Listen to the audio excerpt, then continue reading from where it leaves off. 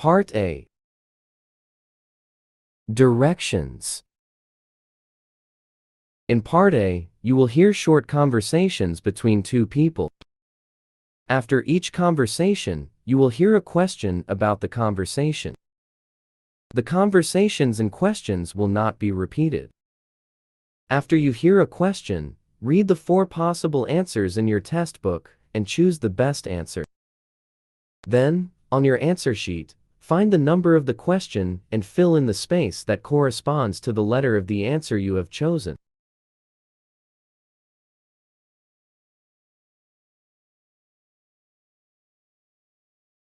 Number 1. I got a great deal for this book at the book fair. Indeed you were. I believe this one has been out of print for years. What does the man mean?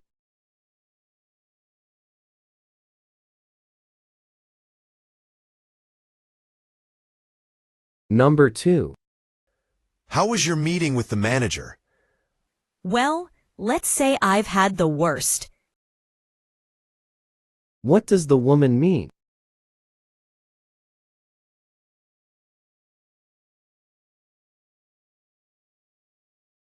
Number 3. Morning. Did you enjoy Thanksgiving dinner? I wish I hadn't eaten so much last night. What does the man mean?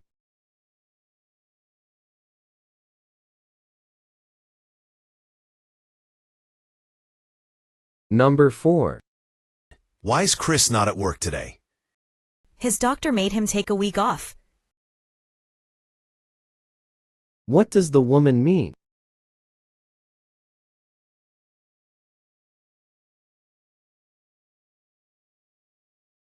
Number 5. I can't believe Sue and Jonathan said the movie wasn't good. It was great! Well, Sue didn't like science fiction, and neither did Jonathan. What does the woman mean?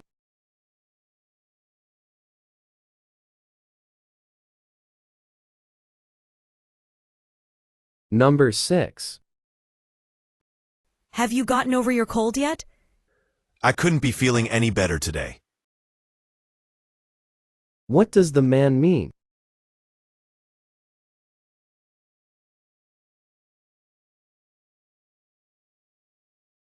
Number 7. Did you get the bread, eggs, and milk? All cleared. Now, we better hurry and check out all of these. Where does the conversation probably take place?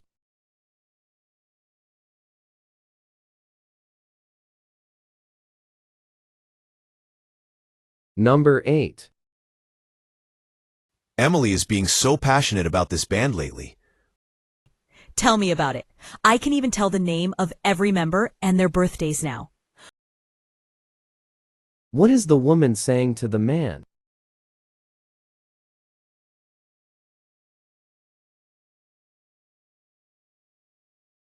Number 9. The exam was just awful. It could have been worse if Anna didn't include us in her tutoring session. What does the man mean?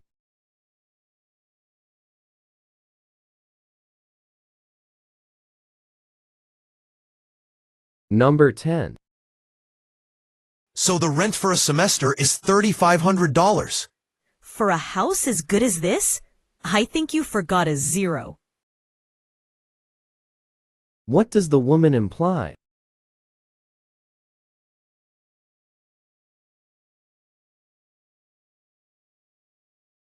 Number 11. Did you know that Professor Watson is going to resign this semester? Really? I didn't see that coming. What does the man mean?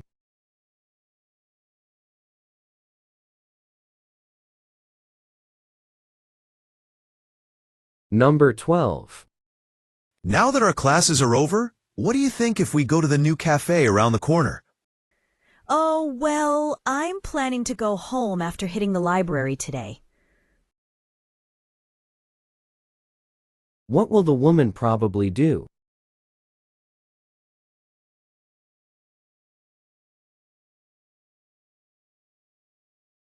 Number 13. People keep saying that the parking lot would be awful after the renovation, but I don't care for the way the building was renovated. I don't either. What does the man mean?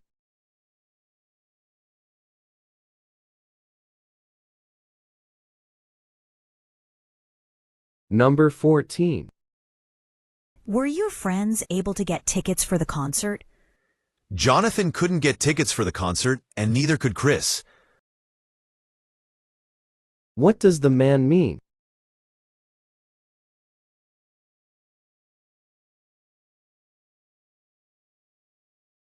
Number 15. Well, to be or not to be, that's the question. Yeah, thanks for the brilliant opinion, Shakespeare. What does the man imply?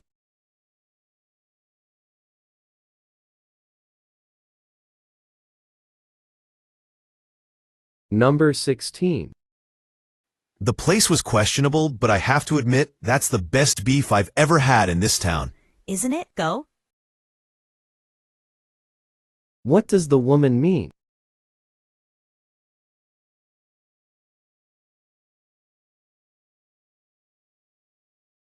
Number 17. Say, have I met you somewhere before? We both took European history last semester. Don't you remember? What does the woman mean?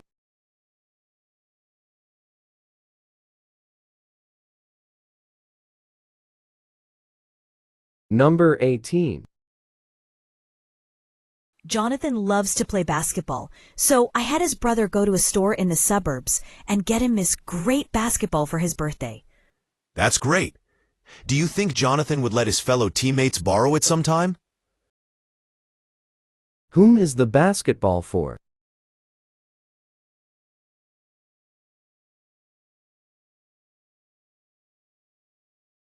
Number 19.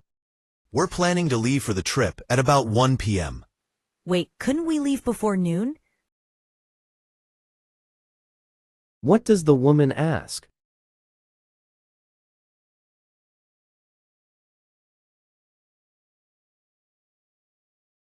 Number 20. I have to take advanced biology from Professor Stanton next semester. Don't worry about it. His class is a piece of cake. What does the woman mean?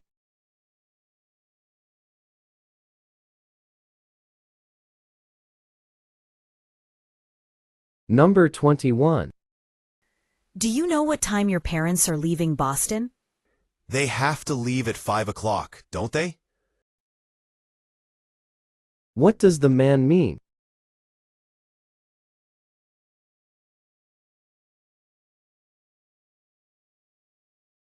Number 22.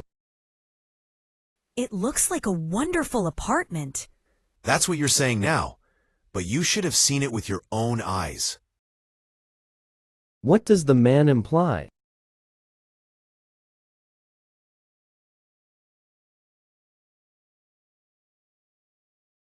Number 23. I would have called if I know you and Carla were looking for some help with learning English. Oh well, thanks anyway for thinking of us. What does the woman mean?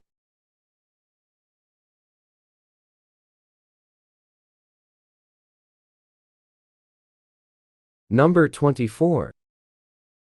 These are the cleanest knitting pattern I've ever seen. I know, I had Jessica get them for me. What does the man mean?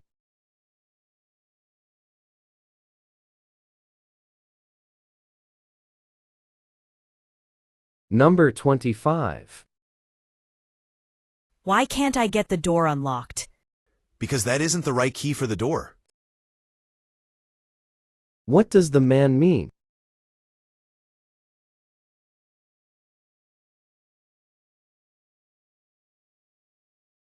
Number 26. How did they get to their grandmother's house in Oakland in only 5 hours? It's not like they drove slowly on the trip to Oakland.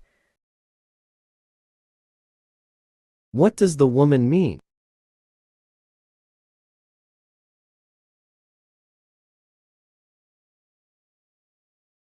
Number 27. I can help if it's math problem, you know. The last time I asked you for help, we ended up playing video games for hours, and my homework is nowhere near done. What does the woman say?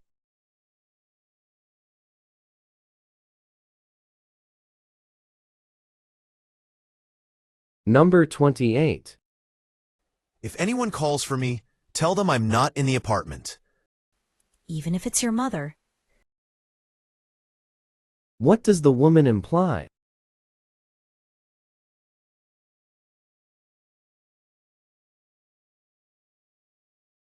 Number 29. The soccer game was rained out this morning. Well, I'm not much for watching sports anyway. What does the man mean?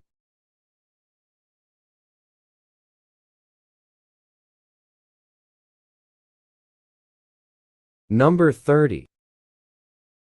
Is the exam still scheduled at 3 p.m. on Thursday?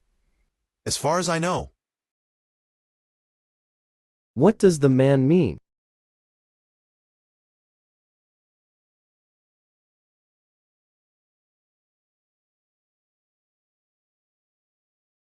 Part B. Directions. In Part B, you will hear longer conversations. After each conversation, you will be asked some questions. The conversations and questions will be spoken at just one time. They will not be written out for you, so you will have to listen carefully to understand and remember what the speaker says. When you hear a question, read the 4 possible answers in your test book and decide which one would be the best answer to the question you have heard. Then, on your answer sheet, find the number of the problem and fill in the space that corresponds to the letter of the answer you have chosen. Questions 31 to 35. Listen to a conversation between a man and a woman. Excuse me, could you tell me what the homestay program in the brochure is? The Homestay program is designed to promote friendship and language learning. We try to provide the opportunity for cultural exchange between local and international students who attend the university. Local people open their homes to students so that they may experience an exchange of friendship across cultures. Many friendships that last a lifetime have developed from these stays. I see. What kind of families do you choose for the hosts? All kinds of families participate in this homestay program. There are single people with or without children, as well as couples with or without children. Do the hosts know this program well? Yes, the homestay coordinator has visited each family and provided information on the program and explained the responsibilities of the host. They look for people who are kind and friendly and enjoy meeting students from other countries. They make sure the hosts understand that this program is not designed for their financial gain. It sounds good. Is there anything that the student should be aware of? The student must be willing to communicate with the hosts to establish a good relationship with them. Communication will require patience and effort because cultural and language differences sometimes create misunderstandings and confusion. So you must be willing to interact and understand the bigger picture. That's great. I think it is expected since I, for one, need guidance in understanding things regarding this country. I would be happy to find people whom I can ask about schools and the culture of this country. That's good. I think the program suits you. I would like to apply for it, Miss Hayes, please. Miss Hayes. I'm Austin Park from Korea. Nice to meet you, Mr. Park. You can go to the homestay office to fill in some forms. I hope your experience will be a positive one. Number 31. How did the student know about the homestay program?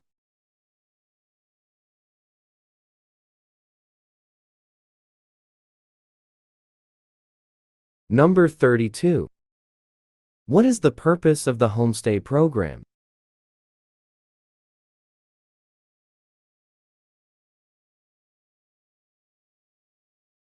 Number 33. What can we imply about the hosts of the homestay program?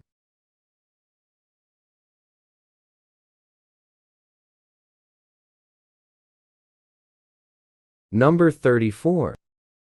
What does the student think about the program?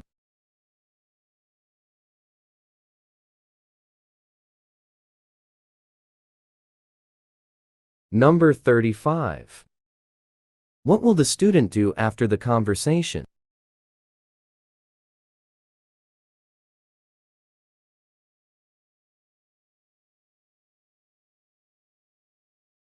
Questions 36 to 40. Listen to a phone conversation between a man and a woman. Hi, Susan. How are you getting on with your English studies? It's hard. I have been in England for a year, but when people talk, I keep going blank and can't register what they say. Don't worry. You have to be patient and practice English more. It's very strange, you know? My son Eric is only 4, but he seems to learn English much more quickly than I do. Why is it easy for young children to learn a language? I think part of the answer is that children are learning new things all the time. Their brains are still developing, so it makes their brains more flexible for learning. I agree with you. We, adults, need to learn new things as well, especially when we settle in a foreign country. But it takes us a long time to get used to a new life than young children. Yes, another part of the answer is that older people are more fixed in their ways of living. It is not easy for adults to change from one language to another. Yeah, a child's mind is free in his ways. He is free to hear sounds as they are, and make them as he hears them. He is free to put new words together, and speaks a new language. I think that is why they learn things so fast. They are more focused and have less expectation of what they should be heard. That's true.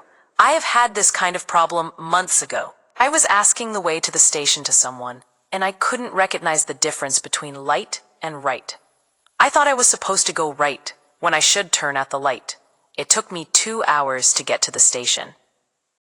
I'm sorry to hear that. You know, practice makes everything perfect. You can try to talk with others who use the language well. Also, it takes time to learn a language as an adult. Don't beat yourself up for past mistakes. Thank you. I will take that in mind.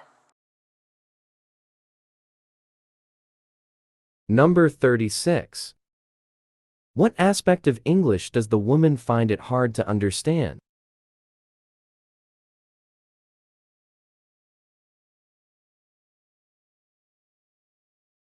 Number 37. What makes children easy to learn languages?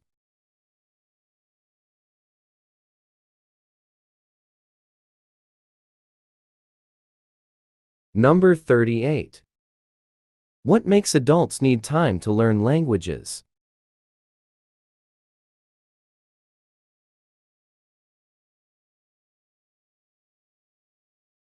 Number 39. Why did the woman take hours to get to a station?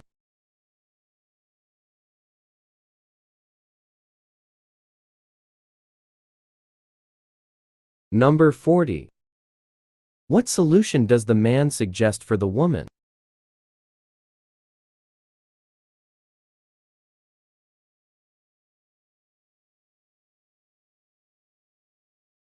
Part C. Directions. In Part C, you will hear several talks. After each talk, you will be asked some questions. The talks and questions will be spoken at just one time. They will not be written out for you, so you will have to listen carefully to understand and remember what the speaker says. When you hear a question, read the 4 possible answers in your test book and decide which one would be the best answer to the question you have heard. Then, on your answer sheet, find the number of the problem and fill in the space that corresponds to the letter of the answer you have chosen. Question 41 to 45. Listen to a lecture delivered by a man. The discovery of the planet Neptune was one of the highest points in the development of gravitational theory. You might remember that most people before this time believed in the geocentric view of the Earth. That is, the Earth was the center of the universe, and the Sun, the Moon, and other planets revolve around it. And it was Copernicus who first purposed the heliocentric theory that the Earth and the other planet in the solar system revolve around the Sun. Still, it took a couple of hundred years for scientists and researchers to change their view and admit that the heliocentric theory was and is indeed accurate. At that time, Copernicus could not explain the reason why and how the planets revolve around the Sun, thus making the geocentric theory had been accepted for over 1,000 years. Now, this is where the hero of the story of that heliocentric theory, gravity, comes into play. The motion of the planet has to be explained through some type of mechanism, and that turns out to be gravity. It's the gravitational pull that eventually helps astronomers understand how the planets revolve around the Sun. And that leads us to the discovery of Neptune. So in the decade following its discovery, the orbit of Uranus had been calculated. But there was a problem. Uranus did not move in the orbit predicted by the theory of gravitational pull. By 1814, over 50 years after it was called a planet, it was clear that Uranus did not move in orbit according to the one predicted by the gravitational theory. In 1843, John Couch Adams, a young Englishman, began a detailed mathematical analysis of the motion of the Uranus to see whether they might be produced by the pull of an unknown planet. He guessed that there must be a planet more distant from the Sun than Uranus, and then determined the mass and the orbit it had to have to account for Uranus's strange orbit. About a month later, an astronomer in Germany started to look for the planet. He quickly found and identified it. It was less than a degree from the position predicted by Adams. The discovery of this faraway planet, Neptune, was a major triumph for gravitational theory, because it's dramatically confirmed its laws with a great deal of accuracy. This discovery was a major step forward in combining gravitational theory with careful observation. Such work continues in our time with the discovery of planets around other stars. Number 41. What is the lecture mainly about?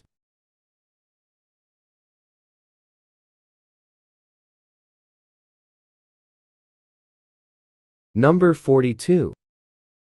What is the geocentric view of the Earth?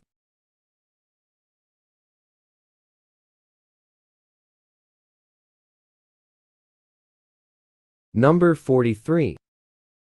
Why was Copernicus' heliocentric theory not accepted until 100 years later?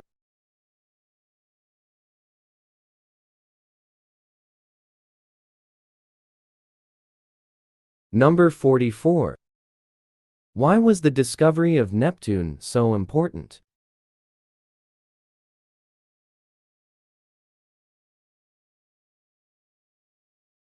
Number 45. What is the professor's opinion on the discovery of Neptune?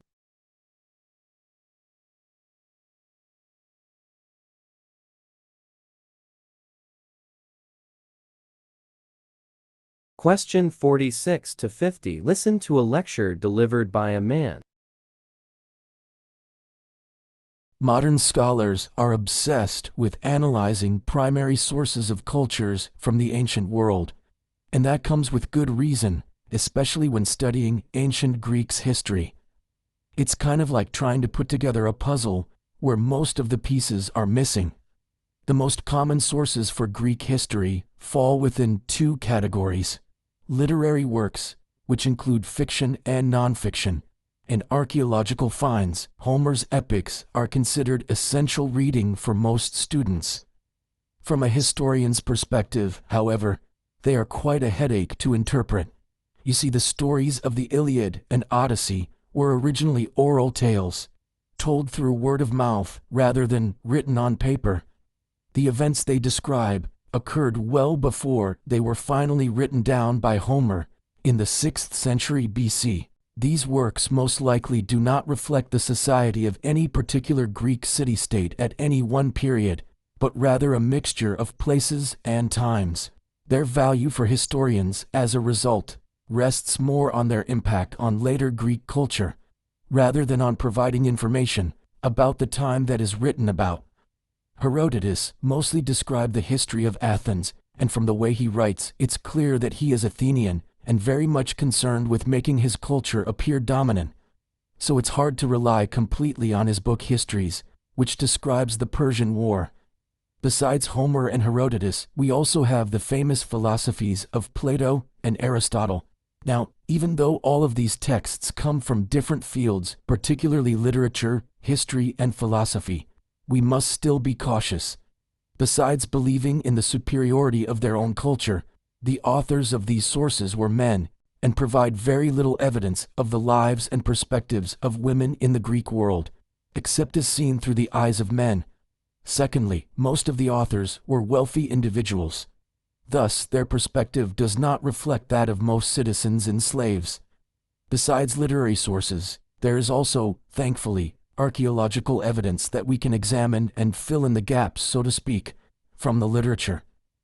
Archaeological sources provide us with key information about different aspects of everyday life in different city-states. For example, in one famous Greek city, archaeologists found that each citizen was given an equal piece of land. Imagine every single person in a city having an equal amount of space.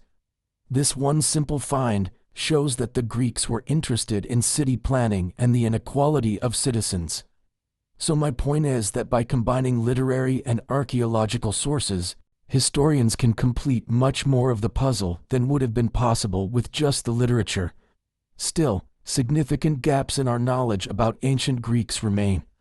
But that's one of the joys of studying ancient history. We get to play the part of a detective, attempting to reconstruct the history of events based on just a few available clues. Number 46. What is the lecture mainly about?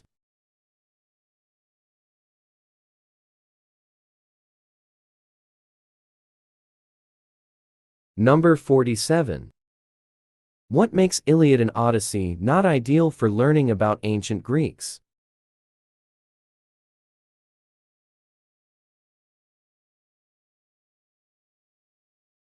Number 48. What problem does the professor mention with literary sources of ancient Greeks?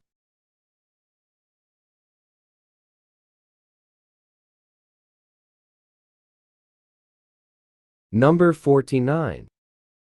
Why does the professor mention archaeology?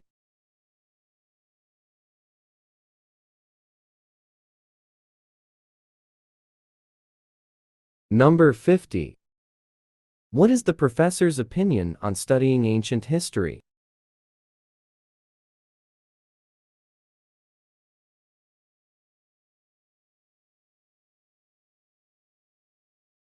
This is the end of the listening section. Now it's time to check your answers. Wait for the next screen.